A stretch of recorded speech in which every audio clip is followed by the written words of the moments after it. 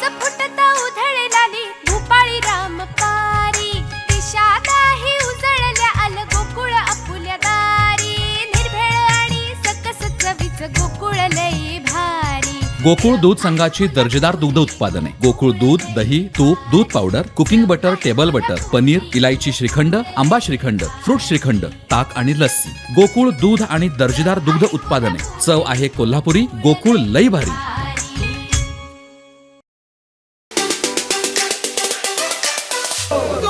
या शिवगर्जना मोहिमेतील सावंतवाडीच्या सभेला माझ्यासोबत असलेले सर्व मान्यवर, माझे शिवसेनेतील सहकारी आणि आपण सर्व निष्ठावंत शिवसैनिक बंधूंनो, भगिनींनो, खरं तर आज महाराष्ट्रातली हवा काय, कोणालाही विचारलं तरी त्यांना उद्धव साहेबांना मुख्यमंत्री पदावरून खाली उतरावं लागलं ही गोष्ट पसंत आहे का विचारलं तर कोणी म्हणतात आम्हाला हे आवडलं नाही।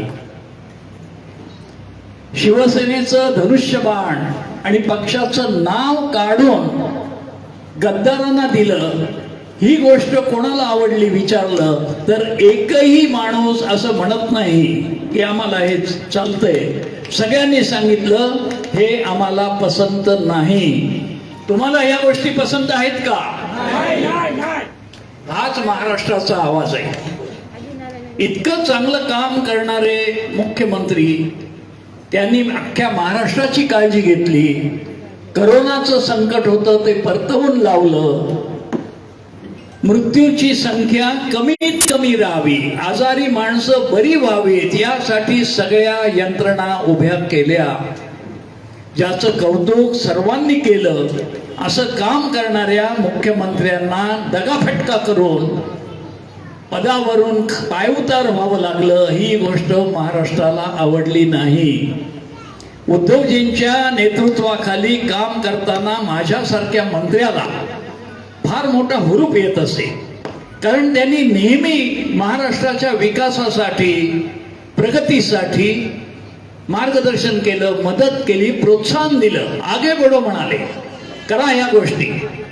मी उद्योग मंत्री असताना ह्या जिल्ह्यामध्ये चांगले उद्योग यावेत यासाठी प्रचंड प्रयत्न केले।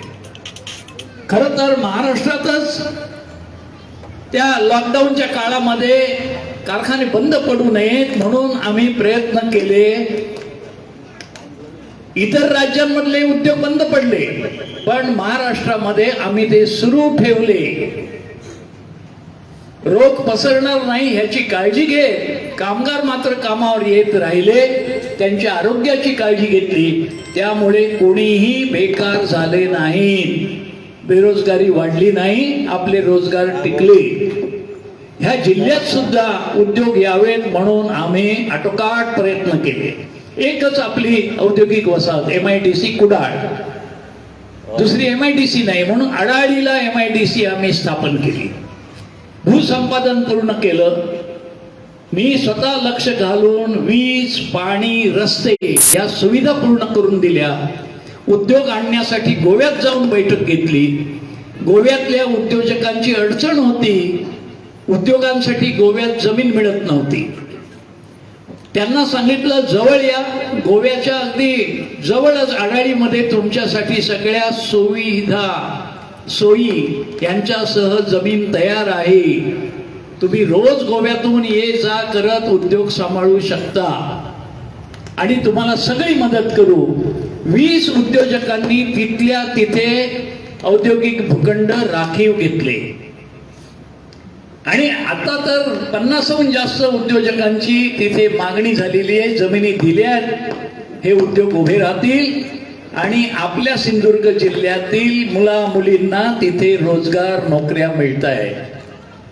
हे सगळं आम्ही केलं। अनेक उद्योग इथे यावेत म्हणून प्रयत्न केले, मग तो काथ्या उद्योग असो, काजू उद्योग असो, काजू उद्योगाचे तर रखडलेले पैसे GSTचे त्याचा परतावा मिळावा म्हणून मी वित्त विभागाकडे पुन्हा पुन्हा पाठपुरावा करून ते त्यांचे पैसे मिळवून दिले. तो उद्योग सुरक्षित झाला. हे सगळं काम चालू असताना दगाफटक्यानं आमचं सरकार घालवलं.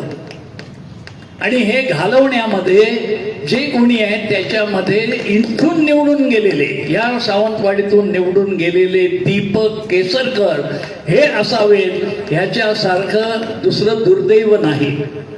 मला काही वेळा पश्चाताप होतो. ह्या दीपक केसरकरांनी शिवसेनेत प्रवेश करायचा ठरवला तेव्हा ते माझ्या गोरेगावच्या, मुंबईतल्या गोरेगावच्या घरी आले. ओळख होतीच, कारण त्यांचे भाऊ गोरेगावमध्ये डॉक्टर अशोक केसरकर, त्यांच्या माध्यमातून ती ओळख. त्यामुळे ते मला आले आणि मला कळ घातली, मला शिवसेनेत प्रवेश करायचा आहे, मला आपण उद्धवजींकडे मातोश्रीवर घेऊन चला. मला वाटलं ठीक आहे, शिवसेना वाढते, एक व्यक्ती आपल्याकडे येते.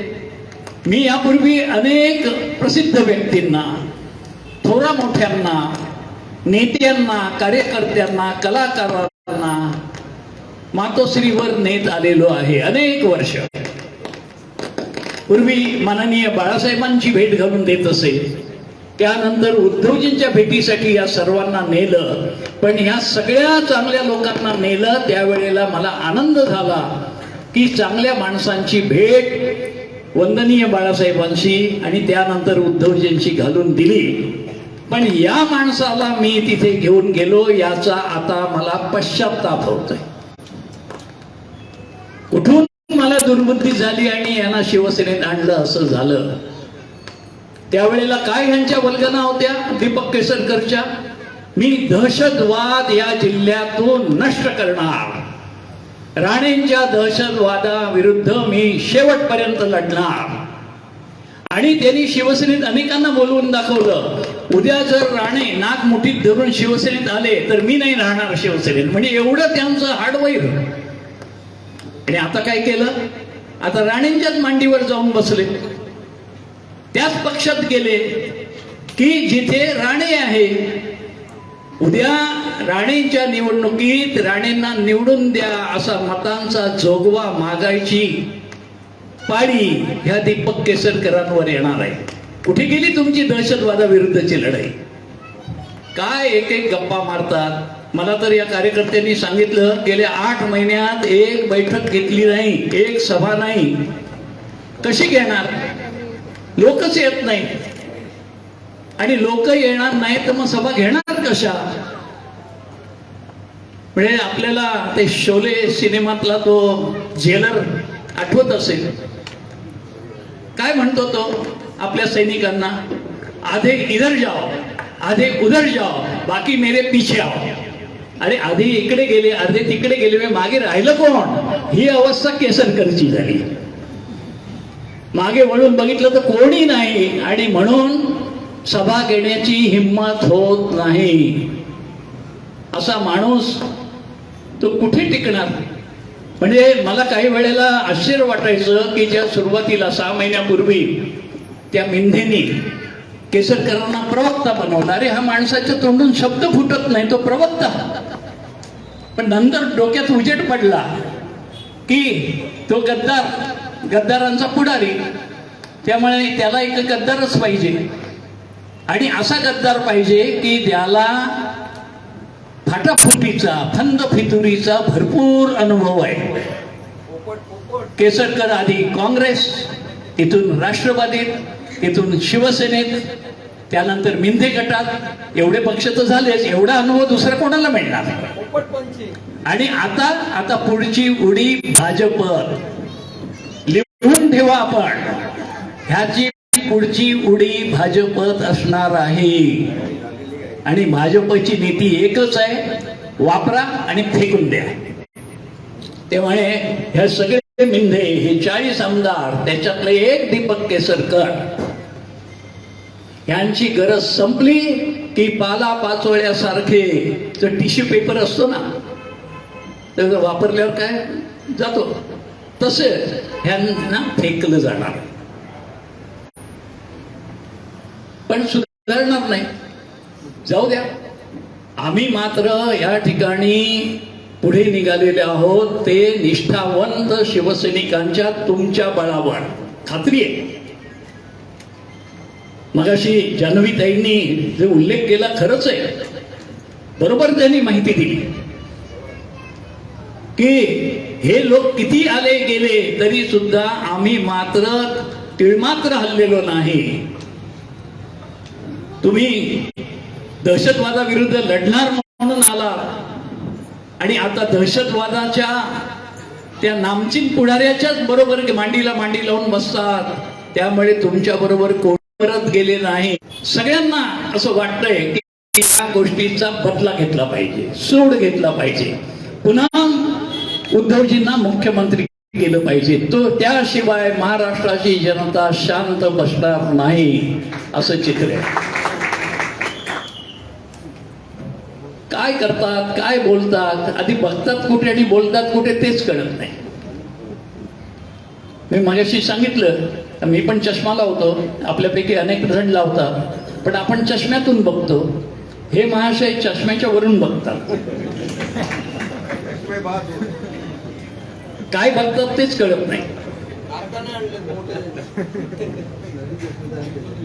नजर इधर देखते उधर. आता जिथे डोळे लागलेले आहेत तिथे ते डोळे किती काळ टिकतील. त्यामुळे ही जी शिवगर्जना यात्रा आहे, ह्या यात्रे बरोबरीनंच आता एक प्रचंड जागृती महाराष्ट्रात सुरू झाली. आपण सगळ्या कार्यकर्त्यांनी गावागावामध्ये वस्ती वाड्यांवर जाऊन शिवसेनेचा विचार तिथे पोचवा. ह्या महाराष्ट्रात निष्ठेलाच किंमत आहे, गद्दारीला नाही. आणि आम्ही गद्दारांसोबत कदापि जाणार नाही. तुमचं जे प्रेम आहे, तुमचा जो विश्वास आहे त्याला तडा जाऊ देणार नाही असा शब्द त्या गावागावातल्या आपल्या ग्रामस्थांना, गावकऱ्यांना द्या. ही सगळी जनता एक मोठा उठाव करणार. जेव्हा मतदानाची वेळ येईल तेव्हा उद्धव बाळासाहेब ठाकरे यांच्या मागेच जनता उभी राहील. त्यासाठी आपली कष्ट करण्याची तयारी असली पाहिजे. नव्हे तुम्ही सगळ्यांनी कष्ट करण्याची प्रतिज्ञाच केली. आम्ही थांबणार नाही. मला सुद्धा लोक प्रश्न विचारतात, कशाला एवढी धावपळ या वयामध्ये करता? म्हटलं बरोबर करणार. अगदी पहिल्या दिवसापासून पहिली बाळासाहेबांनी शिवतीर्थावर मुंबईच्या शिवाजी पार्कवरची सभा घेतली, त्या सभेला हजेरी लावल्यापासून ते आज सागायत 57 वर्ष या शिवसेनेसाठी काम केलेलं आहे. याचा अभिमान आहे. त्या शिवसेनेची ही चोरी झाली, धनुष्यबाण चोरलं, नाव चोरलं, ही चोरी सहन होणं शक्य नाही. पुन्हा जीवाजीव असेपर्यंत असा प्रयत्न करणार, असं काम करणार की शिवसेनेला गेलेलं सगळं वैभव परत मिळालेलं आहे बघितल्याशिवाय मी डोळे मिटणार नाही.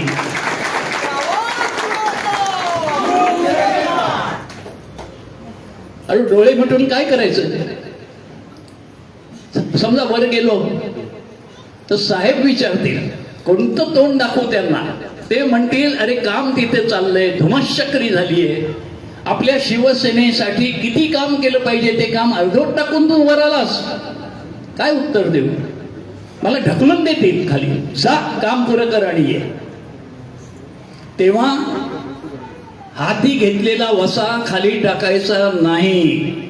शिवसेनेचं छोटं रोपटं असल्यापासून मी आणि माझ्या असंख्य सहकार्यांनी, शिवसैनिकांनी शिवसेना शून्यातून बाळासाहेब उभी करत असताना त्यासाठी प्रयत्न केले, ते विसरता येत नाही.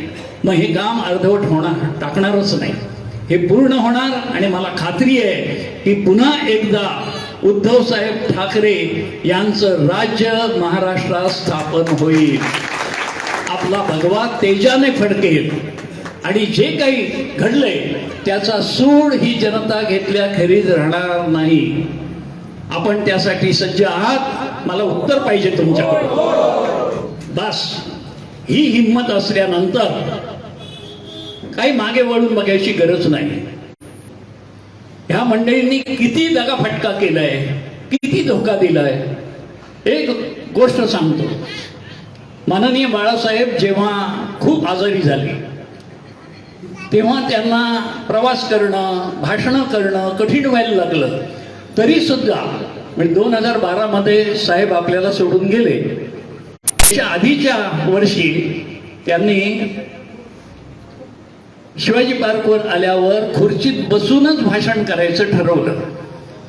आता तमाम जनतेला माननीय बाळासाहेब हे व्यासपीठावर येताना रुबाबात 2 हात वर करून सगळ्यांना अभिवादन करायचे, शाल अशी रुबाबामध्ये मागे टाकायचे आणि जमलेल्या माझ्या तमाम हिंदू बंधूंनो, भगिनींनो आणि मातांनो अशी साथ घालायची. ही बघायची सवय वर्षामागून वर्ष. ते आपले हिंदू हृदय सम्राट आज खुर्चीत बसले आणि बाळासाहेबांनी बोलायला सुरुवात केली. माफ करा, मी आज बसून बोलतोय, थकवा आलाय, शक्ती नाही, खोकला येतोय, म्हणून मला माफ करा असं म्हणाले बाळासाहेब. सगळ्यांच्या मनामध्ये कालवा कालव झाली आणि साहेबांनी पुढचे शब्द उच्चारले. काय म्हणाले बाळासाहेब? एक लक्षात ठेवा, उद्धवला सांभाळा, आदित्यला सांभाळा. हे ऐकल्यानंतर अनेकांच्या मनात गलबलून आलं, कळवळले लोक, अनेकांचे अश्रू व्हायला लागले. सगळे लाखो शिवसैनिक, कार्यकर्ते, पदाधिकारी, नेते सगळे होते. हे जे गद्दार पळून गेले हे पण होते तिकडे, त्यांचा म्होरक्या पण होता. मला त्यांना प्रश्न विचारायचे, अरे तुम्ही शिवसेना प्रमुखांचं नाव घेता, त्यांचा फोटो लावता, बाळासाहेबांची शिवसेना असं म्हणता आणि आम्ही साहेबांचे हिंदुत्वाचे विचार घेऊन पुढे चाललोय म्हणून वल्गना करता. त्या वंदनीय बाळासाहेबांचे अखेरचे शब्द, कारण माहित नव्हतं पुढे काय होणार, उद्धवला सांभाळा, आदित्यला सांभाळायला, हे विसरलात. थांबला असतं तर काय झालं असतं? पद पाहिजे, मुख्यमंत्री पद पाहिजे, बोलायचं होतं, मागायचं होतं. उद्धव साहेब खुर्चीला चिटकून राहणे इतके लाचार नक्कीच नाहीत.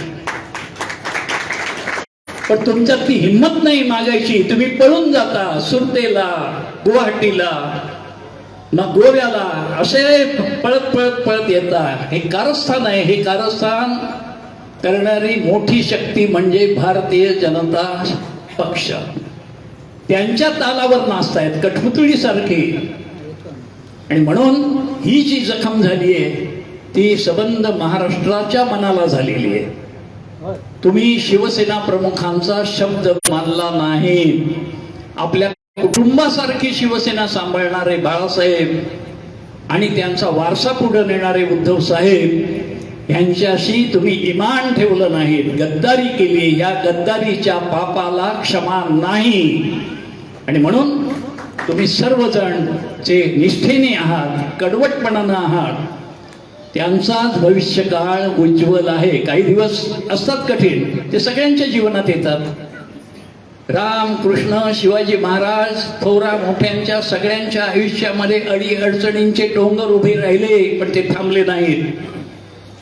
न्याय त्यांना मिळाला, यश त्यांना मिळालं, विजय त्यांना मिळाला. तोच विजय तुमच्या आमच्या उद्धव बाळासाहेब ठाकरे यांच्या पक्षाला, शिवसेनेला मिळाल्याखेरीज राहणार नाही. तुमच्या ह्या वाटचालीमध्ये तुम्हाला यश मिळेल आणि आपण न्यायाची बाजू घेतली याचं सदैव तुम्हाला समाधान होत राहील अशी सदिच्छा व्यक्त करतो. आणि चांगल्या संख्येनं आपण एकनिष्ठेने उभे राहिलेले आहात, असेच पुढे जा अशी अपेक्षा ठेवतो. जय हिंद, जय महाराष्ट्र. कोकणातल्या ताज्या घडामोडी आणि लाईव्ह अपडेट्ससाठी फॉलो करा कोकणचं नंबर 1 महा चॅनल कोकण 7 लाईव्हचं फेसबुक पेज.